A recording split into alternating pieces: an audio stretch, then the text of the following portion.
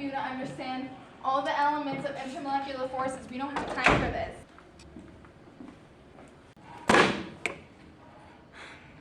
So if I draw a vertical line down, you can see that both sides are equal. And for the same here, if I draw horizontally, it's equal to.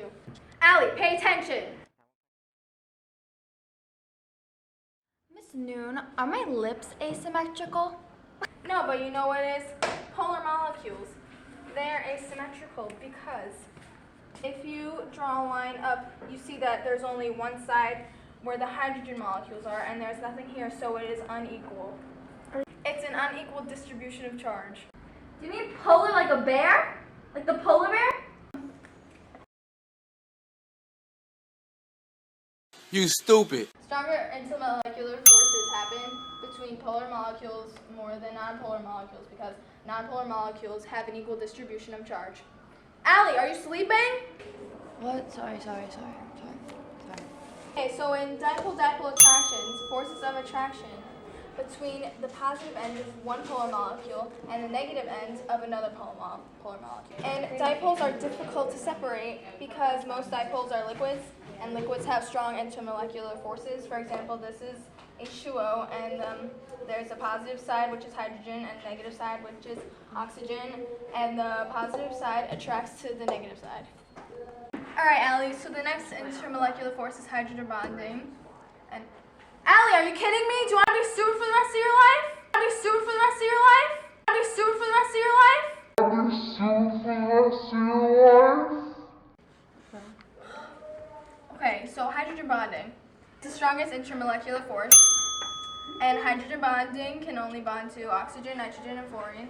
Okay, so HF is the strongest hydrogen bond. It has a really high electronegativity difference, and electronegativity differences determine how polar a bond is. Wait, Miss Noon, why is the gin high in hydrogen? What's a molecular ion? Okay, so molecule-ion attractions. They are attraction between molecules and ions.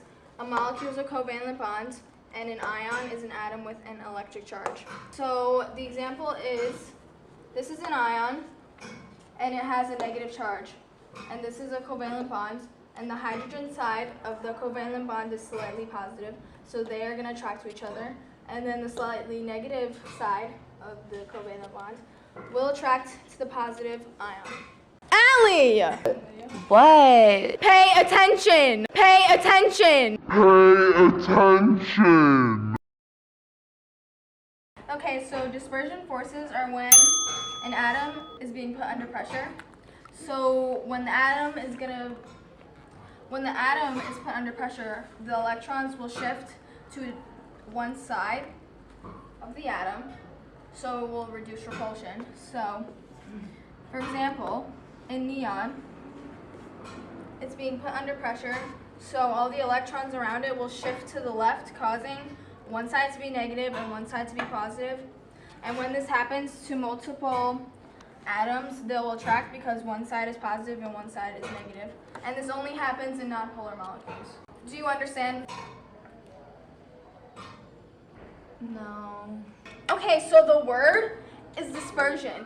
It means that the electrons will disperse around the atom. Do you understand now? No. Nonpolar molecules have an unequal distribution of charge, but they are symmetrical. Polar molecules, on the other hand, contrary, meaning they have an equal distribution of charge, but are asymmetrical. Intermolecular force is the force that attracts a molecule and an ion. Boom! Dipole-dipole attractions are very difficult to separate because they have a very strong attraction to each other. And this causes electrons to shift and reduce repulsion in nonpolar molecules. If you're having trouble studying for intermolecular forces, don't end up like Allie and actually pay attention in class because they may benefit you.